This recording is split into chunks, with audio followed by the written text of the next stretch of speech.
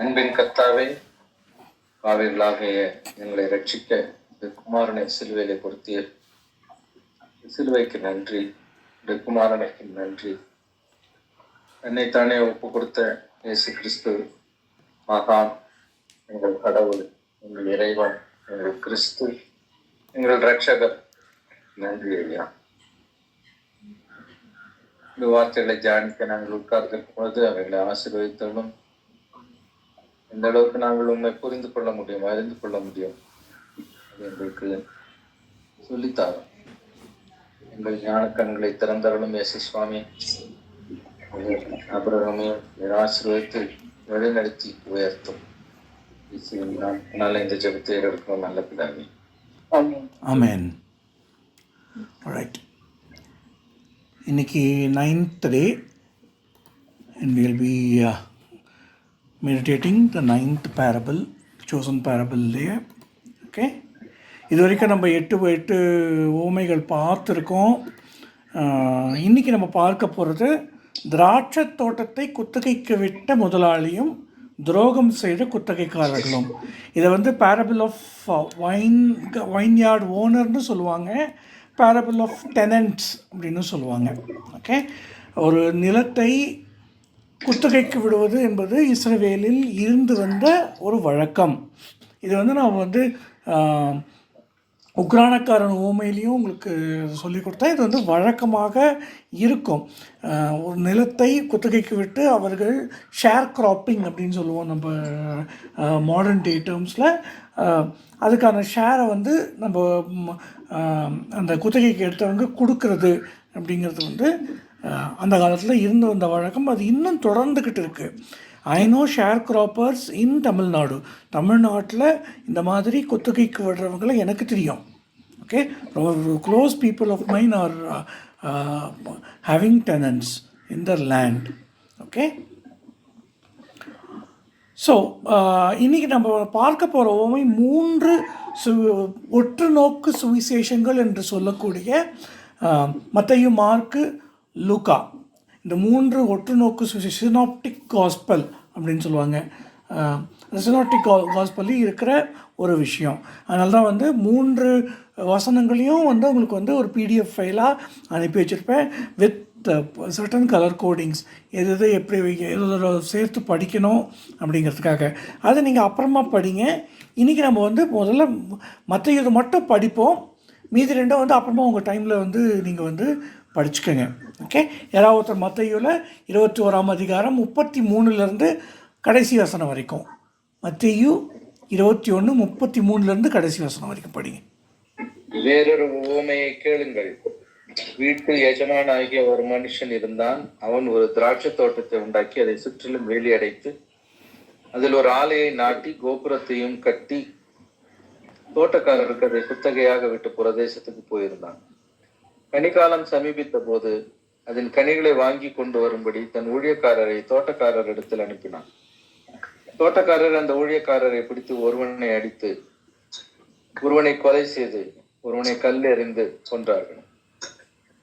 இன்னும் அவன் முந்தினவர்களிலும் அதிகமான வேறே ஊழியக்காரரை அனுப்பினான். அவர்களையும் அப்படியே செய்தார்கள். கடைசியிலே அவன், என் குமாரனுக்கு அஞ்சுவார்கள் என்று சொல்லி தன் குமாரனை அவர்களிடத்தில் அனுப்பினான். தோட்டக்காரர் குமாரனை கண்டபோது, இவன் சுதந்திரவாளி, இவனை கொன்று இவன் சுதந்திரத்தை கட்டிக்கொள்ளுவோம் வாருங்கள் என்று ஒருவரோடு ஒருவர் சொல்லிக்கொண்டு அவனை பிடித்து திராட்சை தோட்டத்திற்கு புறம்பே தள்ளி கொலை செய்தார்கள். அப்படி இருக்க திராட்சை தோட்டத்தில் எஜமான் வரும்போது அந்த தோட்டக்காரரை என்ன செய்வான் என்று கேட்டார். அதற்கு அவர்கள், அந்த கொடியரை கொடுமையாய் அழித்து ஏற்ற காலங்களில் தனக்கு கனிகளை கொடுக்கத்தக்க வேறே தோட்டக்காரரிடத்தில் திராட்சை தோட்டத்தை குத்தகையாக கொடுப்பான் என்றார்கள். இயேசு அவர்களை நோக்கி, வீடு கட்டுகிறவர்கள் ஆகாது என்று தள்ளின கல்லே மூலைக்கு தலைக்கல்லாயிற்று, கர்த்தராலே ஆயிற்று. அது நம்முடைய கண்களுக்கு ஆச்சரியமாய் இருக்கிறது என்று நீங்கள் வேதத்தில் ஒரு காலம் வாசிக்கவில்லையா? ஆகையால் தேவனுடைய ராஜ்யம் உங்களிடத்திலிருந்து நீக்கப்பட்டு அதற்கு ஏற்ற கனிகளை தருகிற ஜனங்களுக்கு கொடுக்கப்படும். இந்த கல்லின் மேல் விழுகிறவன் நொறுங்கி போவான். இது எவன் மேல் விழுமோ இந்த கல்லின் மேல் விழுகிறவன் நொறுங்கி போவான், இது எவன் மேல் விழுமோ அவனை நசுக்கி போடும் என்று நான் உங்களுக்கு சொல்கிறேன் என்றார். பிரதான ஆசாரியரும் பரிசேயரும் அவருடைய உவமைகளை கேட்டு தங்களை குறித்து சொல்கிறார் என்று அறிந்து அவரை பிடிக்க வகை தேடினார்கள். ஆகிலும் ஜனங்கள் அவரை தீர்க்கதரிசி என்று எண்ணினபடியினால் அவர்களுக்கு பயந்து இருந்தார்கள். ஓகே, மார்க்கு லூக்காலையும் இதுவே வருது. நம்ம வந்து அதை வந்து அப்புறமா நீங்கள் உங்களுடைய டைமில் வாசிச்சுக்கோங்க. நீங்கள் இதுலேருந்து ஏதாவது தியானிச்சுட்டு வந்திருந்தீங்கன்னா தயவு செஞ்சு அதை ஷேர் பண்ணுங்கள். இப்போது அதுக்கப்புறமா இதில் இருக்கிற சூழ்நிலைகள் அதெல்லாம் வந்து நான் வந்து உங்களுக்கு எக்ஸ்பிளைன் பண்ணுறேன். நான் இப்போ புரிஞ்சுக்கிறது என்னன்னா 43வது 42வது வசனங்களை பார்க்கும் பொழுது யூதர்கள் அதை வெறுக்கும் பொழுது புறஜாதிகளுக்கு சத்தியம் போகும் அப்படின்றத நான் விளங்கிக்கிறேன். Okay correct. இந்த வசனங்கள் நம்ம பார்க்குறோம். ஊமைகள் சொல்லப்பட்ட காரணங்கள் 3 காரணங்கள் சொல்லியிருந்தேன் உங்களுக்கு அதை வந்து நான் நினைவுபடுத்துகிறேன். ஓமைகளால் போதனை செய்வது யூத முறைமை. நியாயாதிபதிகளில் ஒரு எக்ஸாம்பிள் காண்பிச்சிருந்தேன். 2 சாமுவேலில் வந்து நாத்தான் வந்து தாவீதுக்கு போதனை செய்ததையும், ஏசாயா 5ஆம் அதிகாரத்தில் வந்து திராட்சை தோட்டத்தை பற்றி சொல்கிறதையும், இது வந்து யூதர்களுடைய ஒரு முறைமை அப்படிங்கிறது ஏற்கனவே சொல்லியிருந்தேன். மற்றவர்களுக்கு மறைவாகவும் சீஷர்களுக்கு புரியும்படியாகவும் ரகசியங்களை சொல்வதற்காக. இது வந்து ஆரம்பத்தில் மத்தேயு 13ஆம் அதிகாரத்தில் பார்த்தீங்க அப்படின்னா விதைப்பான் ஓமையெல்லாம் சொல்லிட்டு கேட்கிற காதலவன் கேட்க கடவன் அப்படின்னு போயிடுவார். அப்படின்னா ரகசியங்களை வந்து சீஷர்களுக்கு மட்டும் சொல்லிக் கொடுப்பார். இது ஒரு காரணம். அடுத்த காரணம் வந்து அதிகாரத்தில் உள்ளவர்களுக்கு ஓமை மூலம் ஒரு செய்தியை தர. இந்த ஓமை அப்படிப்பட்டது. அதிகாரத்தில் உள்ளவர்களுக்கு, இப்போது பிரதான ஆசாரியர்களுக்கு இந்த ஓமை புரிந்தது அப்படிங்கிறத நம்ம பார்க்குறோம். மத்தேயு 21:45 கடைசி 2 வசனங்கள் படித்தோன்னா அப்படி ஆகாதிருப்பதாக. மார்க் 12:12, லூக்கா 20:16-19 எல்லாம் பார்த்தீங்கன்னா அவங்களுக்கு புரியும். இந்த ஓமைகளை தங்களுக்கு இட்ஸ் பாயிண்டட் டுவர்ட்ஸ் தெம் அப்படிங்கிறது புரிகிறபடி சொன்ன ஓமைகளில் ஒன்று. ஓகே, அதனால் இது மற்றவர்களுக்கு புரியும்படி சொன்னதுனால இதில் போயிட்டு நம்ம பூர்வ காலத்து ரகசியங்கள் ஏதோ இருக்குது அப்படின்னு தேடிட்டு இருக்கக்கூடாது அப்படிங்கிறதுக்கு ஒன் ஆஃப் த பாயிண்டர்ஸ் இது. ஓகே, இதுக்குள்ளே பூர்வ காலத்து ரகசியங்கள் தேடி சொல்லியிருக்காங்களே பிரதர் அப்படின்னா அவங்களுக்கு அது புரியல, அதாவது சொல்லியிருக்கிறாங்க. அதை பெருசாக தவறுன்னு சொல்லக்கூடாது. ஆனாலும் அப்படி தேடுறதுல வந்து நிறைய இடத்துல நம்ம வந்து இடறி விழுவோம். அதனால் அப்படி தேடுறது தவறான ஒரு செயல். ஓகே, குத்தகைக்காரர் ஓமை சொல்லப்பட்ட சூழ்நிலை என்னன்றதை பார்த்தோன்னா, மக்கள் இயேசு கிறிஸ்துவை ஓசன்னா என்று வரவேற்ற பின்னர் அடுத்த நாள் சொல்லப்பட்ட உவமை. ஓகே, இது வந்து மற்ற இப்போ 21ஆம் அதிகாரத்தில் நம்ம வந்து முன்னாடிலேருந்தே பார்த்துட்டு வந்துருந்தீங்க அப்படின்னா 18வது வருஷத்தில் அடுத்த நாள் தேவாலயத்தில் அவர் இருக்கும்போது அங்கிருந்து தொடர்ந்து வர்ற விஷயங்கள். ஹோசன்னா அப்படிங்கிறதே வந்து சங்கீதம் 118 வர்ற ஹவோஷியானா அப்படின்ற எபிரேய பதத்தின் சுருக்கம்னா ஹோசன்னா. ஓகே, இட்ஸ் கர்த்தாவே ரட்சியும் அப்படின்னு சொல்கிற ஒரு கூக்குரல். ஹோஷியானா அப்படின்னா கர்த்தாவே ரட்சியும் அப்படின்னு அர்த்தம். ஓகே, சங்கீதம் 118:25 வருது. திராட்சைப்பழம் பறிக்கும் காலம் வந்து எது அப்படின்னு பார்த்தோம் அப்படின்னா விதைப்பு காலம் வரைக்கும் திராட்சைப்பழம் பறிக்கும் காலம். இது லேவியராகமத்தில் ஆசீர்வாதங்களில் ஒன்று அப்படிங்கிறத நம்ம பார்க்கணும். லேவியராகமம் 26ஆம் அதிகாரத்தில் நம்ம அதை பார்ப்போம். ஓகே, தேவாலயத்தில் பஸ்கா ஆசரிக்க வந்த மக்களுக்கு போதனை செய்து கொண்டிருந்த போது பிரதான ஆசாரியர்களை பார்த்து பரிசேயர்களை பார்த்து சொல்லப்பட்ட ஓமை இது. ஓகே, இப்போ தேவாலயத்தில் அவர் இருக்கிறார். தேவாலயத்தில் இயேசு இருக்கிற போது யூஸ்வலி அவர் வந்து எபிரேயில் பேசுவார். இயேசு பேசிய மொழிகள் அப்படின்னு பார்த்தோம் அப்படின்னா 3 மொழிகள்: எபிரேயு, அரமேயம், கிரேக்கு. இந்த 3 மொழிகளிலுமே இயேசு வந்து அவர் இங்கே உலகத்தில் ஊழியம் செய்து கொண்டு இருந்தபோது பேசிய மொழிகள். ஓகே, வீடு கட்டுகிறவள் ஆகாதென்று தள்ளிய கல் என்று தன்னைத்தானே குறிப்பிட்டு சொல்லுகிறார். ஓகே, இது வந்து என்னன்னு பார்த்தோம்னா இதுவும் வந்து 118ஆம் சங்கீதத்தில் வருது. 118ஆம் சங்கீதம்ன்றது வந்து ஹலேல் அப்படின்னு சொல்கிற ஸ்தோத்திர பாட்டு அப்படிங்கிற சங்கீதம் 113 118 வரை இருக்கும் சங்கீதங்களின் தொகுப்பு. இது வந்து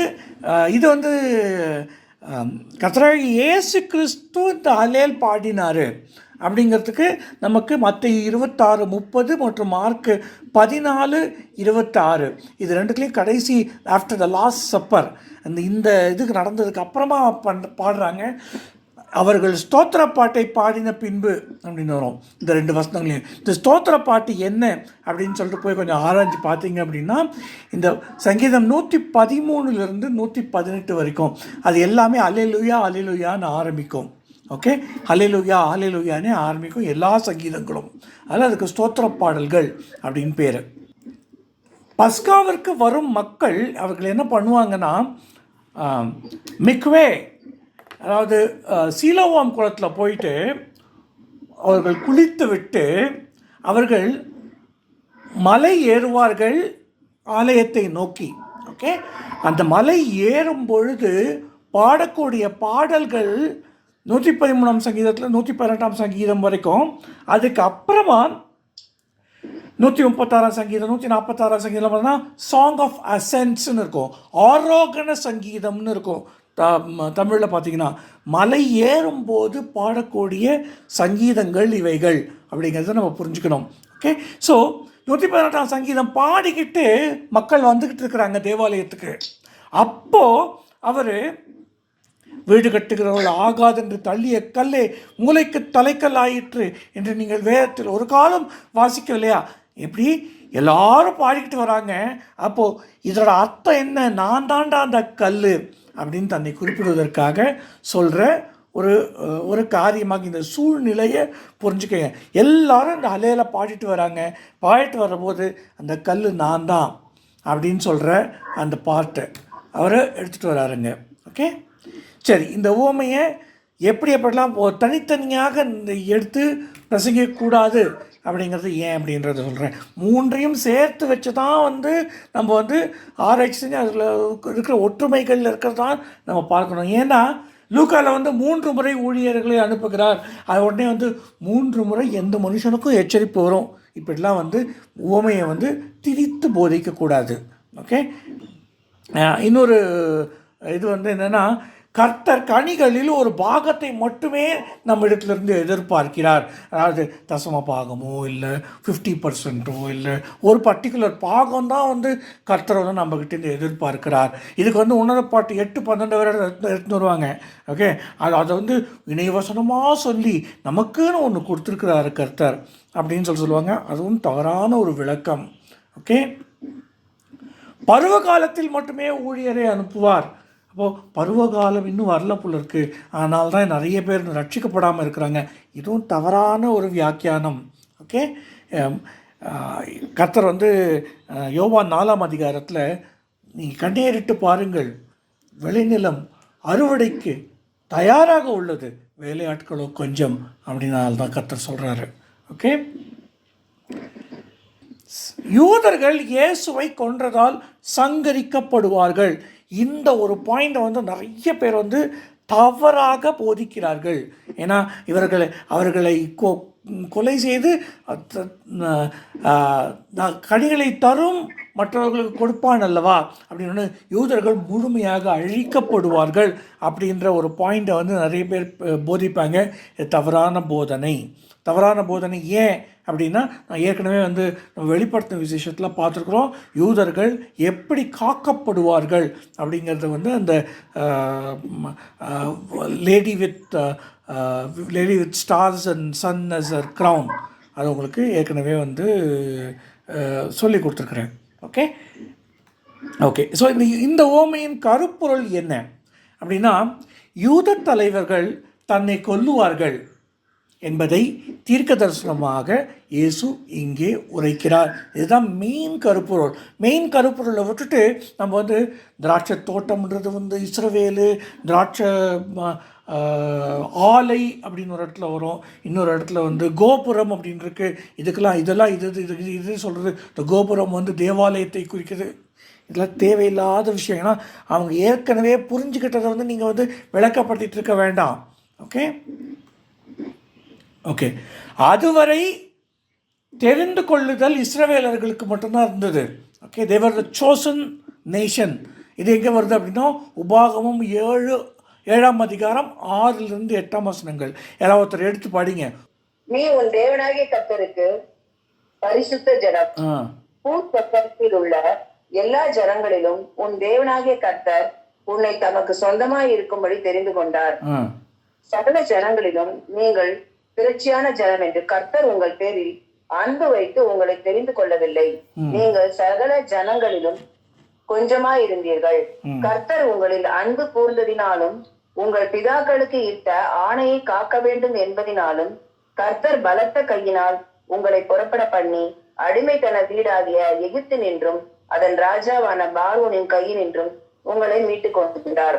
பாருங்க, இஸ்ரவேல் என்பது தெரிந்து கொள்ளப்பட்ட நேஷன், ஜாதினா வந்து நம்ம இந்தியாவில் சொல்கிற மாதிரி கேஸ்ட் கிடையாது, நேஷன். Okay, nation.